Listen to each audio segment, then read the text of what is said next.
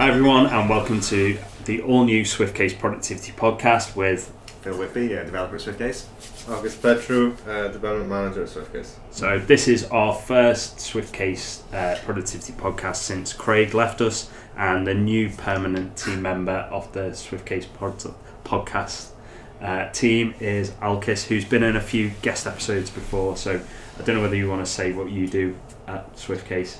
So my new role at SwiftCase is more or less kind of managing the developers. So I'm in charge of kind of organising the work for them and, making sure the releases go out on time and that.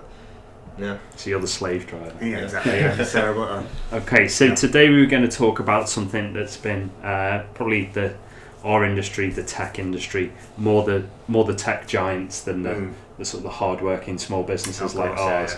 The real heroes. Yeah, they often get a bad press about their ethics and what they're willing to do. There's Mark Zuckerberg's getting quite a big backlash at the moment because he won't enforce making sure that political adverts are truthful before they go on the Facebook platform. So one of these, I suppose it's a parody, is it? A satire of the goings on in Silicon Valley. Yeah, is the aptly named Silicon Valley. Yeah, yeah, exactly. So I think it's finished now, hasn't it? So it's wrapped up, and I don't want to give too much away for people that are, because the people that are kind of interested in what we're doing are probably going to be interested. Yeah. In the same sorts of things like Silicon Valley, which is a great sort of HBO thing. HBO is satire on Silicon Valley. And in one episode of the sort of final season, one of the main characters who represents sort of Google, the head of Google, so it could be either like Sergey Page or it's Sergey Brin or Larry Page, isn't it? Or a combination of them. And he loses control of his company and sort of pretends that he was taking a step back to become a writer. And in it, he, as well as writing really pathetic sort of Mills and Boone style romances and novels, he also decides to be like an ethical personality, so someone who like encourages businesses to be more ethical, and he comes with a portmanteau called Tethics, right? Tethics. Tech ethics together. So he talks about things as being untethical, and it's his way of kind of like getting these businesses in a headlock in a way, even though he's not part of it. So he's trying to get them all to sign up so he can then use it to beat them with. And typically, his sort of Tethics that he sort of wants them all to sign up to is sufficiently sort of broad and non-specific, but full of language that is inarguably aspirational and like, no one could not subscribe to it. So it's things like integrity, excellence, responsibility, courage. You have to express all these qualities, generosity, purpose. All the most sort of aspirational words you can think of that really mean nothing. And there's nothing. It's not enforceable. Yeah. Right. So it's really just one of those sort of paper thin gestures that are PR related to just sort of cover up. And why it's funny is because it is unenforceable. Yeah. Yeah.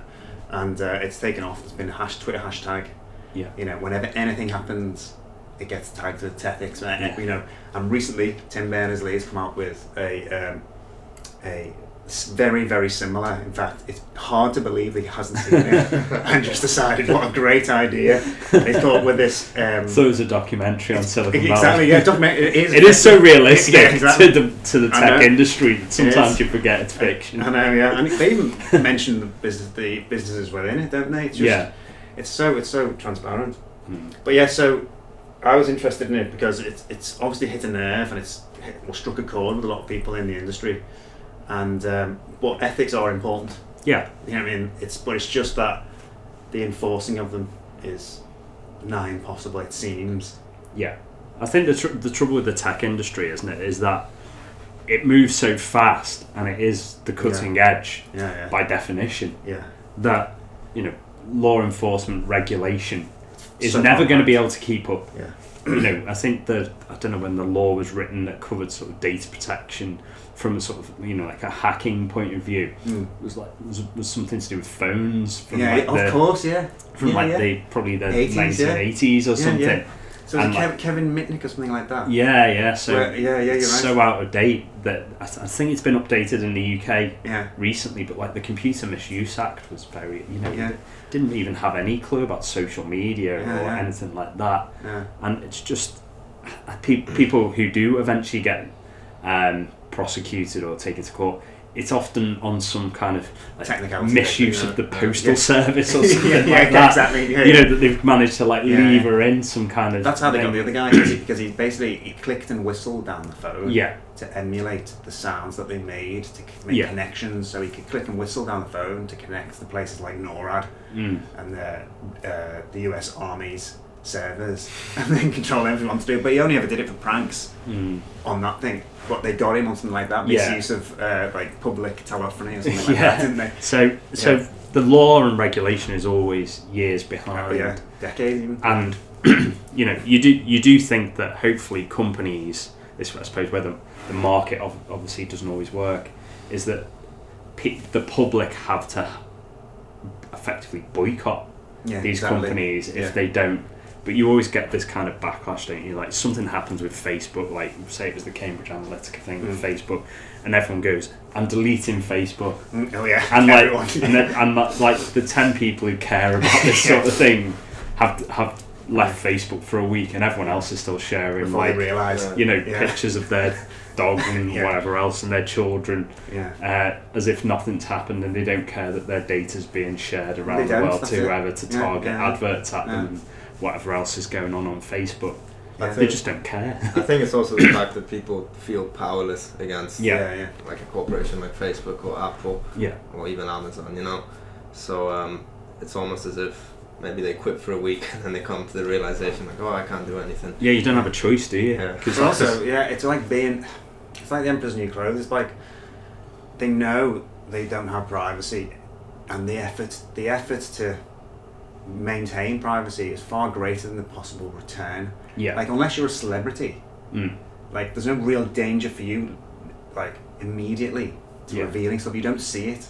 You see a potential of like maybe it could be exploited by somebody who hacks your identity and then maybe gets a loan in your. People think of the extreme cases, don't they? They don't think of the basics of you might get targeted with a product to try and sell you something. Exactly. And people are like, actually, I quite like that. I did a search for a keyboard the other day. I get targeted ads for keyboards. I actually do want one. And I've seen some like...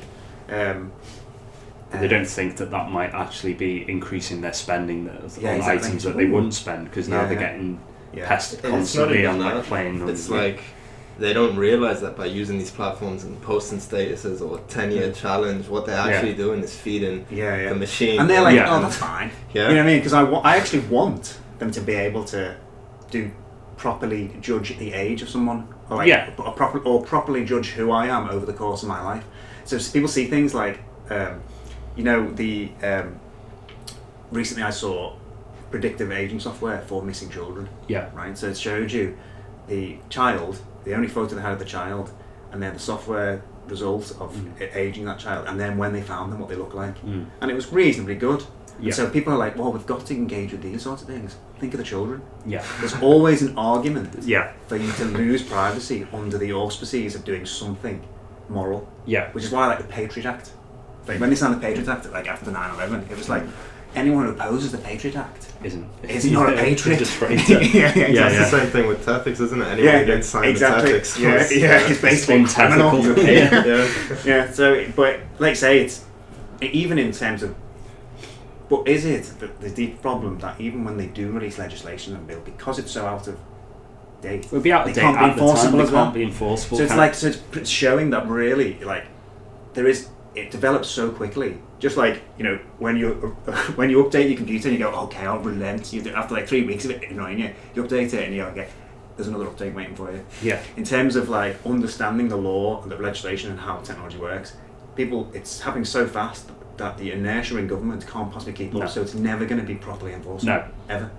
So that's really what it's about. And people want these services.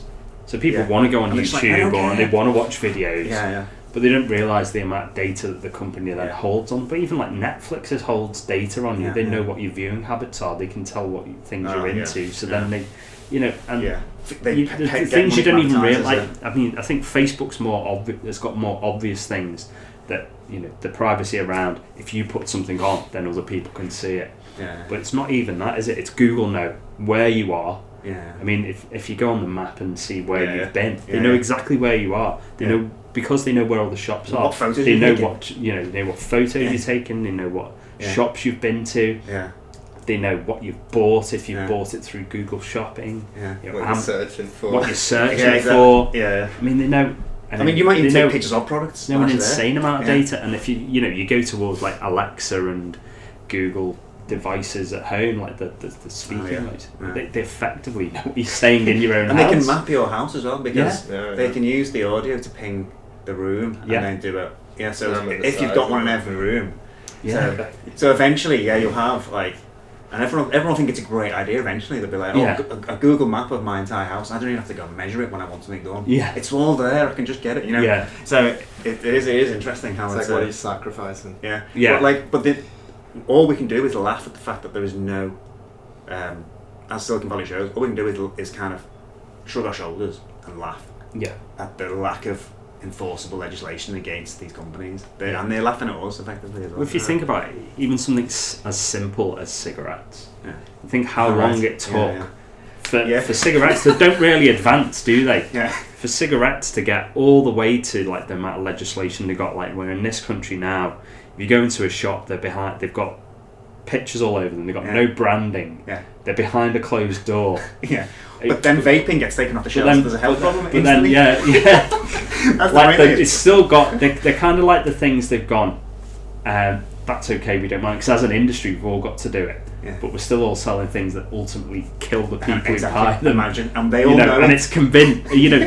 There's evidence that it does. Yeah. It's 100%. The people that selling them are telling you it's going to kill you. Yeah, and the people are still buying it. And doctors are still outside hospitals. Like people still buying it, and I think this is the same. No matter what you tell people, you can put as many rules in place. Ultimately, the companies themselves have made the rules. Yeah, exactly. Between them, they lobby the government. They're massive. Yeah, and you get these things where you get the big lobby where they manage to like kill vapes in America in like what was it, a year? Not even a year. It was about taking off, and like you go, all of a sudden these are bad for your health. But you can't sell them. It's like straight away. Get them off. But if you want to buy a pack of cigarettes or a gun, then please which is merely just due to a longer tradition. Yeah, exactly. That's it, isn't it? So if a more powerful lobby. And in fact, it's the Wild West, isn't it? So everyone had, and the internet is in a Wild West stage. So the sort of fundamental 10, 20 years,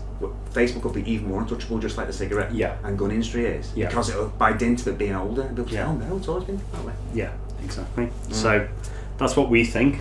So I mean, if you want to let us know what you think about this issue, about Tethics and what's tethical and untethical, then please drop a comment below. Yeah, definitely more tethical concerns.